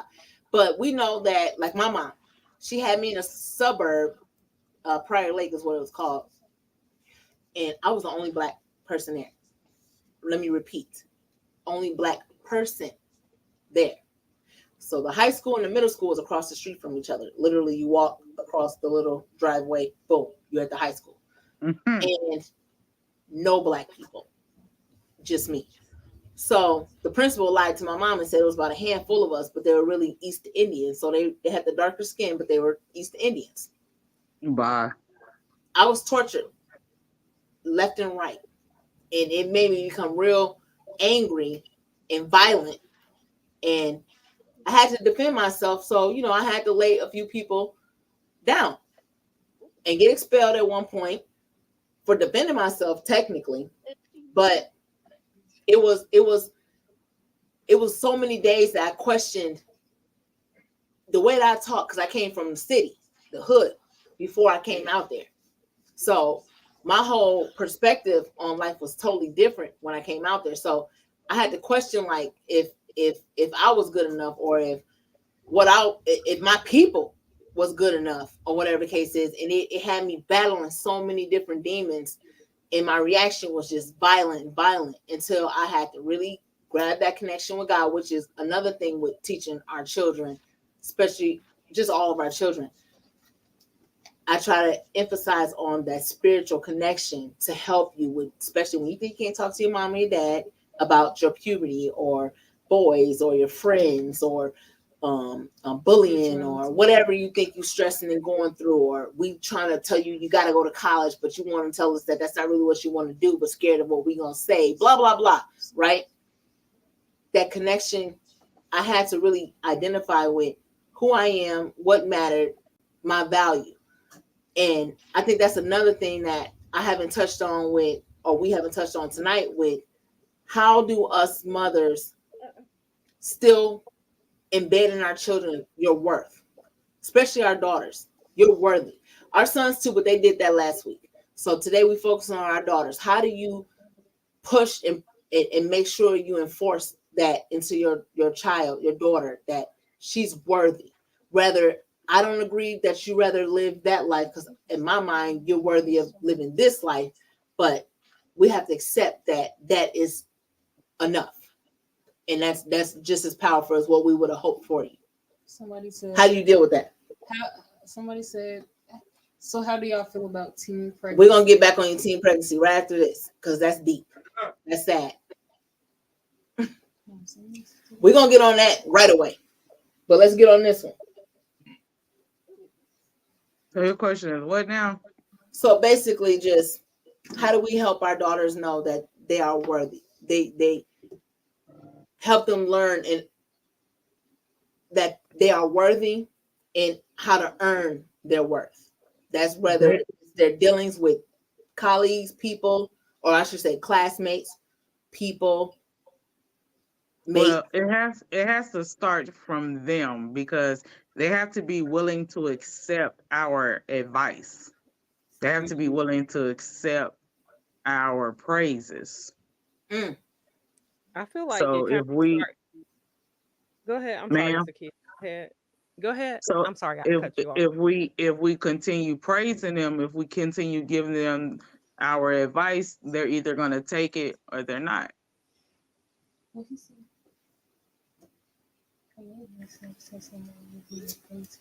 I'm sorry, say that again. So what you're saying, Ms. Ryan? I was just gonna say it just starts from an early age, just speaking life into them, telling them what they are and how valuable they are and how beautiful and smart and everything that's good about them. Affirmations. Yes. I feel like my daddy did an amazing job with that for me personally in different relationships I've been in, and people just, telling you what you are and what you not and stuff. And it's just good to have those affirmations. Like, okay, I hear what this person is saying, but like, obviously something is wrong with them, because I know what I am. And my daddy told me all of this, my heavenly father and my father. So, having that, especially, I mean, from your mother, but definitely from your father, So with that, I feel like you kind of set aside from everybody else. Like, I know who I am, So I feel the same way. I agree, because once you get that telling from your two parents that you are worthy and you are that, it's gonna stay in your head. It's never gonna leave. It's never gonna leave. Okay then. Especially when you know they mean it. yes. Okay. And with all of this being said, like Jay Scott said in the comments, commit yourself to someone you'll be afraid to lose, but do not lose yourself in the process. Period. And that's even a learning experience for us as grown-ups, because you can easily find yourself trying to please somebody and make them happy, even if you're not happy. And that's where you fail. Then you get so far addicted to it that you don't even know that you're not even happy. Exactly. Y'all too young. Y'all didn't heard about that shit. Anyway. A break? What happened? The police? I told him earlier we didn't need no choir. Cheddar? Gotti? Where to go? See, that's that daddy thing I'm trying to tell you. They don't want y'all with nothing, no one, or even looking at it. But sorry, sir, it happens. It happens. So I mean, no, I feel like that's the truth too. Like, you're really too young to be worried about that type of stuff. I agree. when I was back in Illinois and I went up to the high school, my high school transcript, and I overheard females talking in the hallway talking about like, oh, I can't stand her. She fucked my man and blah blah. And I'm like, hold on, you like how old? And you worried about somebody having sex with your man and like you should that's not something that you should be concerned with at this age. You know, you should be focused on people, focused on yourself, focusing on what you want to do with your life, not worried about no boy or some other girl. Focus on you. Like don't involve yourself with people like that because then you will be focused on that and you should not be. Because the way this world going right now, we're going to need y'all in the future, baby. We're going to need y'all. For real, though. For real, though. For real. And then Gotti talking about question for the daughters. How would you describe the communication and emotional support you receive from your mother in your household? That's one. And are they specific aspects of your upbringing that you appreciate or feel could be improved, and why? Hold on, listen. Okay, let's do question one. Okay, y'all ready for question one? Yep. How would you describe the communication and emotional support you receive from your mother in your household? Start there. And be honest. Do y'all feel that I am, or ladies, do y'all feel that y'all mothers, that we are emotionally supportive to y'all and that y'all can really communicate to us with a non-judgmental mind frame? Now, don't get judgmental confused. Just because we express what we don't like and our concerns don't mean we're judging you. It just means we want better for you. However, do y'all really feel we're a safe place? Yeah, go ahead. Yes, I feel like my communication, emotional support you give me is good. They can't hear y'all. Y'all gotta talk louder. I feel like yes, it's they good. You're looking for and sometimes stuff could come off a little harsh, but me and my mom, you know, we talk aggressive, so we already know how we mean it when we say it. So we, you know, I feel like we're good. No, I do. Okay, what about you? Now, what about you? Yes. No, shut down, Queen. This is the crybaby. No, it's not. Try it again. No, it is. That's my little shutdown queen. She'll shut down quick. Can you explain that, please? We both will. So how y'all feel, ladies? Do y'all feel like y'all can talk to y'all moms like openly without worried about judgment? Oh. Yeah. I talk to my mom like about like most things. Most things? That. Yes, most things. So when you say most, why is there a reservation in there?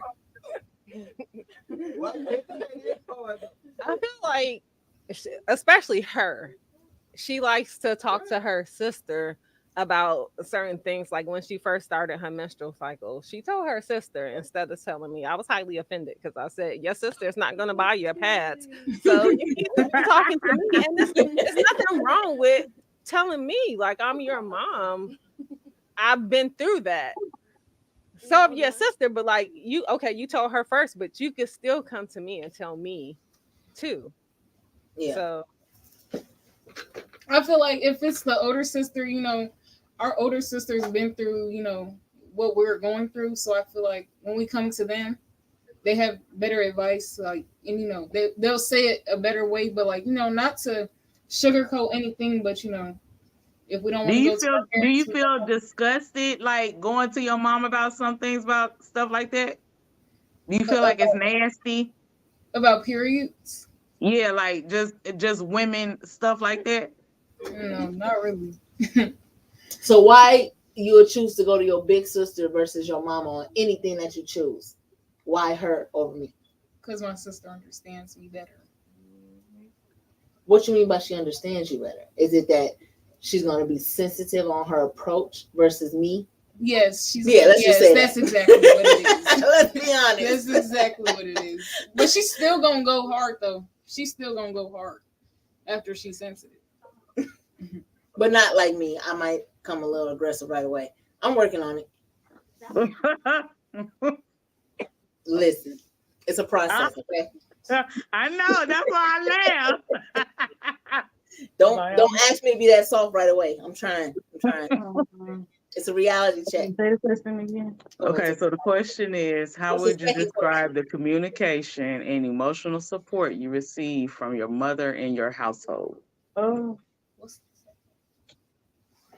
I can't say.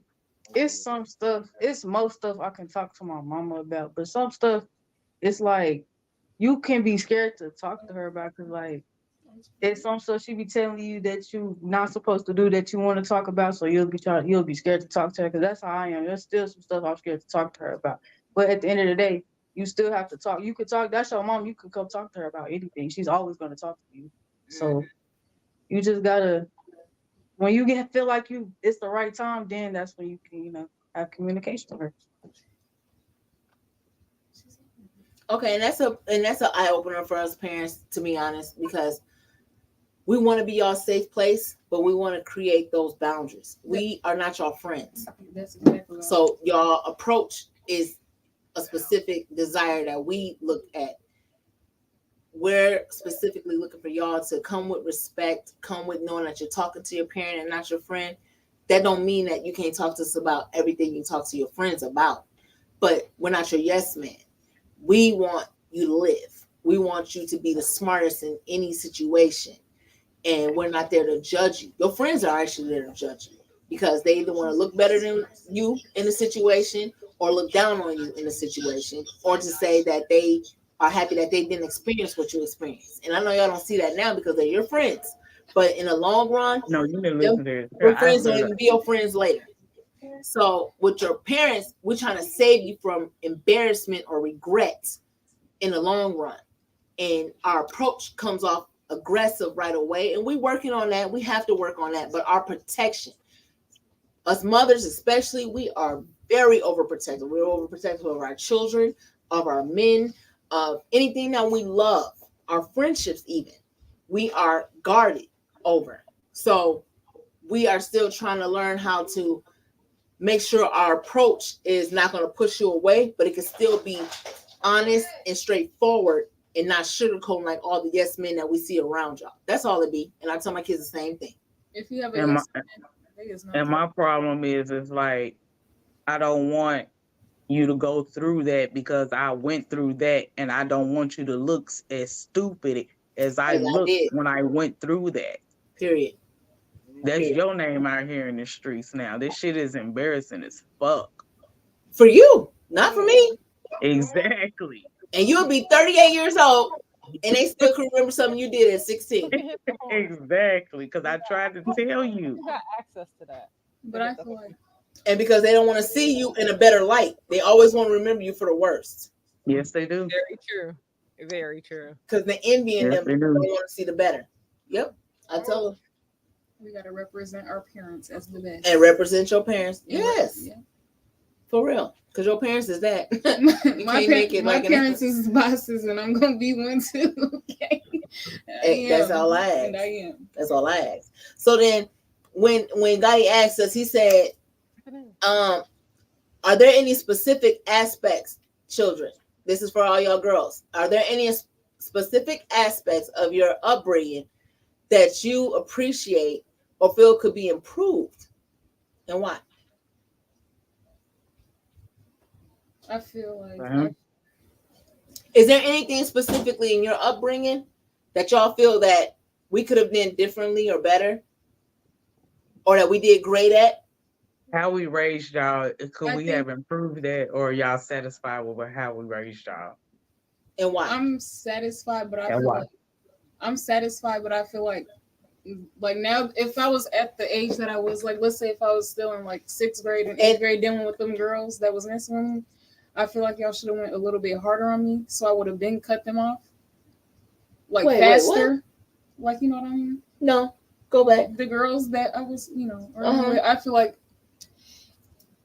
y'all should have went harder on me, to stop talking to them. So what you mean go harder on them? Because I cut a lot of your friends off for you. I know, but I'm saying like. So what you mean by harder? I went when you told me it was foolery, it was already choppery. So tell me where I No, ain't over. You just said something. So let's go. Well, I'm saying, how do you feel like I should have chopped a little quicker? Because I want to know. Because you like still in school, I'll chop the rest of them off. Like I'm saying, like you should have, like you still did a good job. I just realized I wish I realized it faster. Thank you, Born Beast. There you go. I realized I wished it. Yeah. You realize that you wish you realized it. Hey, hold up. That horn is for you too, Zakia. Because you hit that on the nose, baby girl. Right. Say what you say and say it again. But I ain't saying for real, but I'm saying you said what you said and we heard it again. Are y'all satisfied with how we raised Baby, y'all? real talk though. That's deep. That's deep. Because that's being said right now, but that's also something that even we might want to sit back and talk with our parents about. For real though. And it's harder. How we raised you, or could it have been better? And why? Our parents might not want to hear that right now because they're older and they feel like, look, this is what I had dealt with me, and this is how I had to deal with it. You did your best with what you was dealt with. Could it have been different? Of course. Oh, I see. Okay. I got some words for him. So let me ask y'all this because it was brought up earlier, and we can't let that. Okay, well, hold on. I'm gonna have to hit this last one because Gotti, yo, waterhead tail, you be having some questions. I see. All right, meathead, slaughter meat, chop city. Hold on, Sheena, that's still my cousin. I know, look, and I'm gonna eat him. I'm gonna look. What's her name? Tashaki? Tasiki said, and I'm gonna eat him. So let me eat right real quick. Hey, look, Joe, like, hey, baby, don't be going that hard on my friend. Hey, pause. I got the text. I got it. You know I love you, Gotti. So now listen. No, for real though, Gotti, you hitting them with it, and this is real though. In what ways do you think your mother has influenced your values and beliefs as you've grown up? That's deep. I feel like she influenced me with your values and your beliefs, for real. So what you value, what you take to heart as morals, what you live by. What have I embedded in y'all? What have I told y'all that making sure that you are on top of treating yourself this, carrying yourself that way, being on top of this, doing that, spiritually being on this and that, to create the atmosphere you want around you, the vibe you want around you, and to help you grow to where you want to be. That's what we're saying to y'all. He's asking, and then he's asking, what, with all of that we've told y'all to do, on top of what y'all have seen us do, how has that affected y'all? Am I saying that right, Gotti? That's kind of sound like that. That's beautiful right there.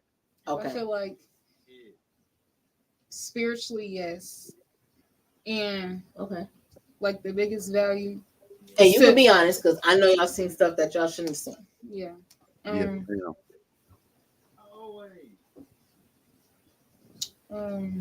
be honest. Go ahead. To keep my circle small, I have nothing really to say. And what you've seen, it could be from my relationship to my sipping. Oh yeah, a lot to say about that one. Okay, so you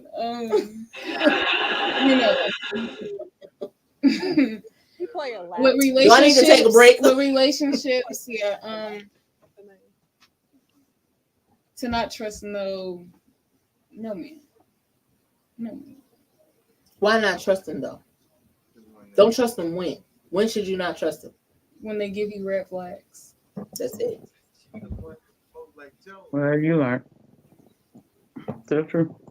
What about y'all ladies? Do y'all feel like y'all looked at your mothers and you as an ideal of, an idea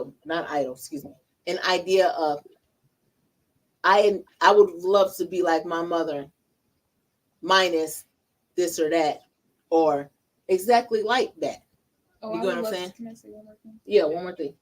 I would love to be how my mom handles herself with people. Oh, go ahead, yeah. I thought I was cuckoo for Cocoa Puffs.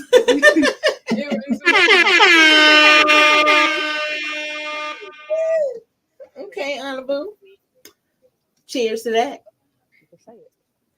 So what about y'all ladies? Do y'all feel like y'all understood y'all mother's morals and values and it was what y'all? Oh, I would say one more thing. One thing that I don't want to be like with you is too forgiving sometimes. Yeah, I don't want to be that either. Yeah, I don't want to be that. I am too forgiving To sometimes. the wrong people, and they, I can take that. You're right. I'm working on that though. It's hard, especially when, as a Christian, you have to be forgiving. If forgiving is what you have to be, that don't mean you have to allow those people back into your life. You still deal with it. It is. Forgiving is very hard. So when you are forgiving people, I can forgive people easier with the spiritual mentality, but I learned that me forgiving them don't mean I have to accept them in my life, and that's what makes it easier. Because if you make me say I have to forgive them and then accept them, I can't do that. That's not easy. But forgiving them and still being able to keep them over there, oh, that's easy as ever. Yeah. I don't wish you no harm. I pray for you. I want the best for you, but you can't be over here. No, Right. That's it. But back to what y'all, I just want to hear y'all aspect before we move on to this last little thing that this man asked, because that's deep and he made my stomach turn knots with that one. But do y'all ladies have anything to say about what you think about your mom's influence or values and beliefs as you've grown up? How it's influenced you? It don't look like it, Shane. Okay. Well, are y'all ready for this one?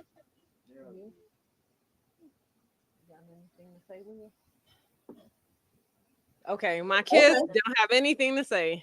That's okay, because here's the one they're gonna have to think about. What do y'all think about, like Jay Scott, I think it was, I said, teen pregnancy? I hate to even face that. Me. I feel like. What do you do if you're in that situation, and how do you go about telling? Or what are you expecting for your parents' reaction to be, or what you're hoping for it to be? Answer that question. Let them answer that. Let them answer that first. Yeah. You. Look at that in the background. Mr. O'Brien, I'm gonna ask you to back out the camera. Daddy said, listen, answer that. You want to know?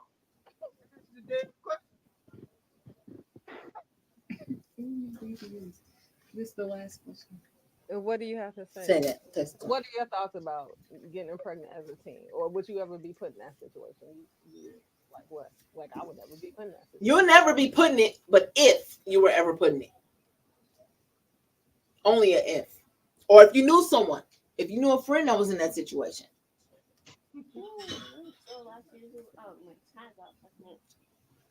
My first thing would be that they graduated high school.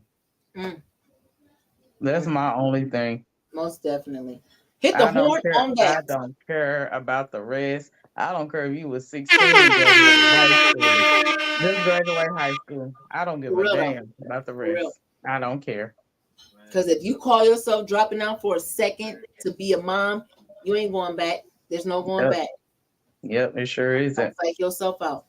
Finish. At least graduate. That's the least you can do. That is the least you can do is get a high school diploma. Not a GED, not a fake high school diploma. Get your high school diploma and go do whatever you want to do with the rest of your life. The least you can do is get a high school diploma. Okay. Listen, and that I used to tell my mom, I don't want no good for every dummy test.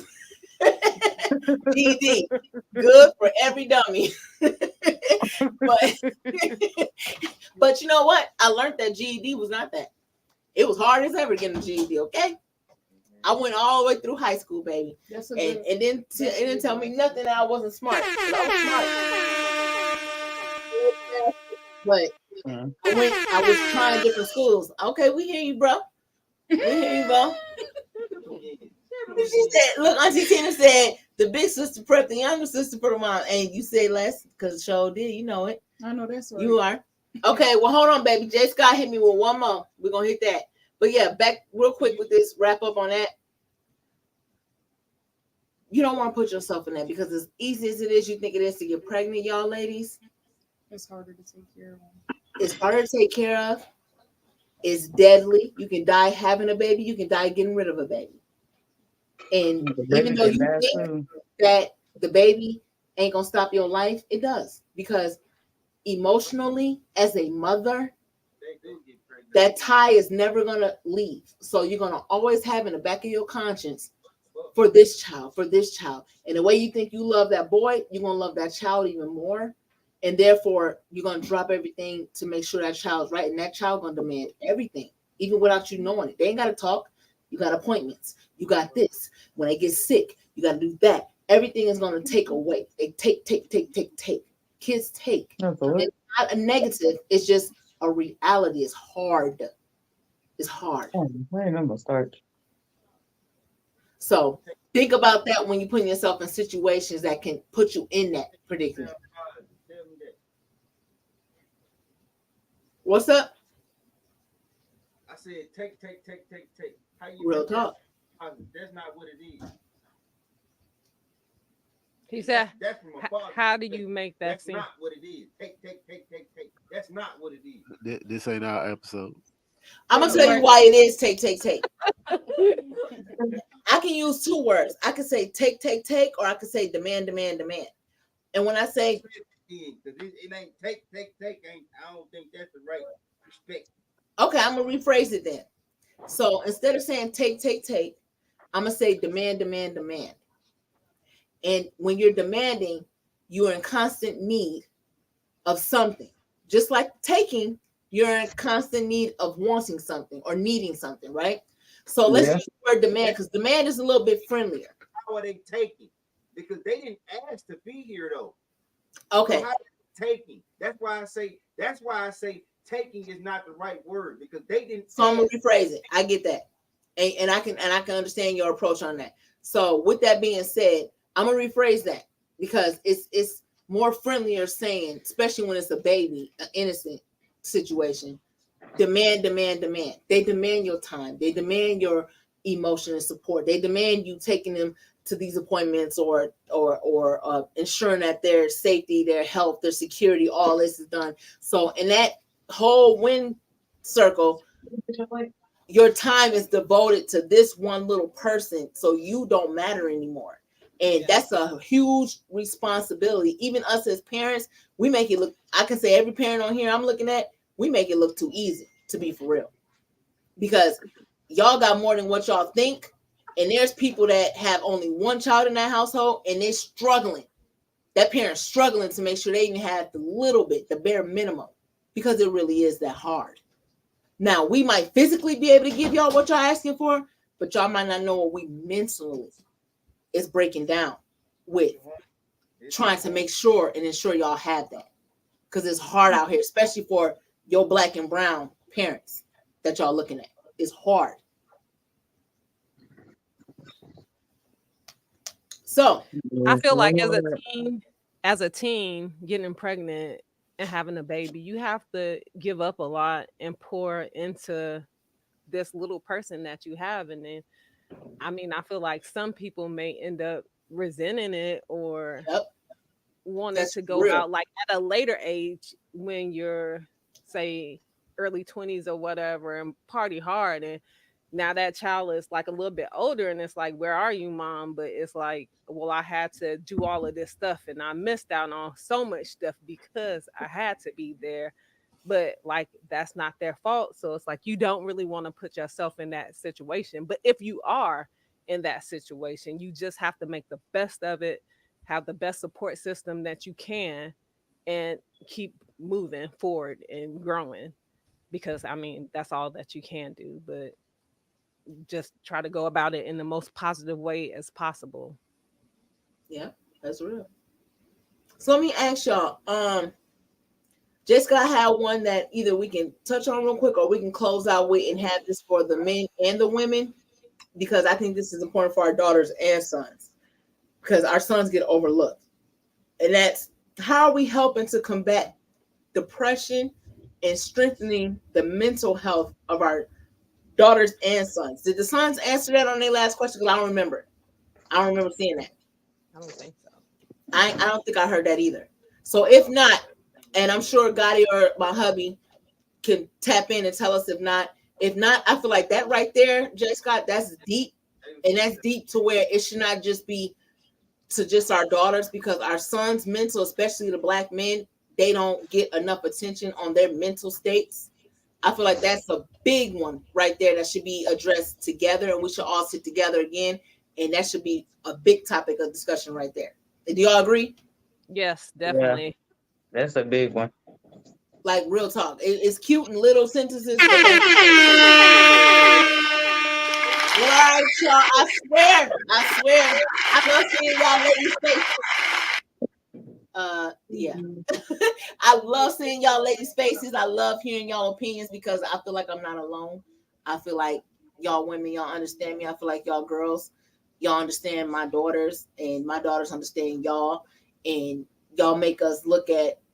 Sometimes we can't hear what you say because you are a child, but hearing somebody else's child say the same thing is like, okay, we're not alone. They're not alone. This is a real thing. So it was good to see y'all beautiful faces on here and to hear what y'all have to say. Because I want hear some y'all. lashes done one day too. Yes, honey. I think I want my lashes done before I go to Germany. And when's that? And it's gonna be like in the fall sometime. For his birthday, maybe. Yeah. I could do them. Say less. No, I know. I want your daughter to do them. With her big head self. Okay. No, she doing them. She doing them. She doing it in. Yes, I like to support, and I agree. I just like to support. I agree. I'm gonna make sure that she see that. Yeah, I feel like when we talk about depression and stuff, I feel like we need to take it back to the days where everybody was sitting down, eating together, talking, discussing what went on throughout the day and stuff. I know when I was growing up, we sat down, we ate together, we talked to each other, we spent a decent amount of family time together, being with each other. We didn't have phones like that, so it was none of that. So I think if we got back to that, to where we were more interacting in each other's face and could see more of them, to see the change that's going on, because it's a change. But sometimes you just may not notice it because you're not really people too busy like this all the time, Literally. So literally all day. I feel like once you kind of get back to that, then I feel like things will be better, because now you sitting down with your parents, you sitting down with your sons and your daughters, and y'all talking, and it's like, well, we're not gonna leave this table until we have a good conversation. So or couch or whatever, wherever you at, but like y'all just interacting with each other. Yes. Well, we're gonna close this out tonight. It's been a good podcast. Like you said, Miss Katrina, we are most definitely gonna have that discussion about depression for our boys and girls. That is a must do. Shout out to the podcast that's been here tonight. Social media time. Yes. All y'all that commented tonight, we appreciate y'all. Zakia, Miss Ryan family, the Taylor family came in, our kids, because I know y'all be camera shy and y'all be shy too. Well, no, that's a lie. Y'all not camera shy. Y'all love them TikToks. Y'all shy to express yourself. Y'all shy to express yourself with your parents. And we're not gonna embarrass y'all. We cool too, literally. But no, we're gonna close it out tonight. Thanking y'all for all being here and concluding with us, expressing yourself. The baby, she just popped up from her little practice or whatever. Courtney, she's in the building. But we're gonna close this out. What we do tonight is we do pray it up, pour it up, and paper it up. Paper it up, pray it up, pour it up. But you're gonna pray it up, paper it up, wait, and pour it up. Yeah. Pray it up. There you go. Pray it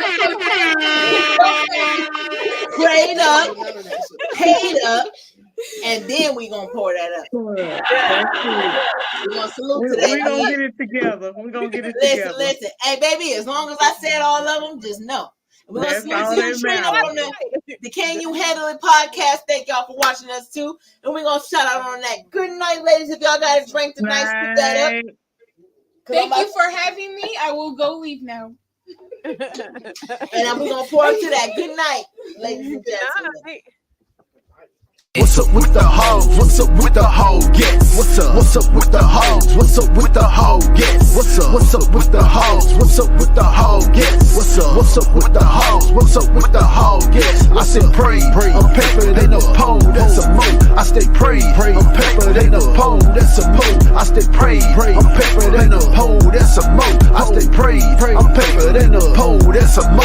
You know Auntie Mama thumbing up, it's H.O.G we coming up. They like, subscribe, and share. And it's about time we run these numbers up. Ain't nobody coming with the topics and the fly hitting. They be trying to duplicate the show. I guess they in they feeling. We don't care. Impact over likes is how we do it here. Come and get some gamers internationally spitting here. Minnesota and the Kansas. We got ties in Germany. Yes, from Pakistan and Singapore. They rock with H.O.G.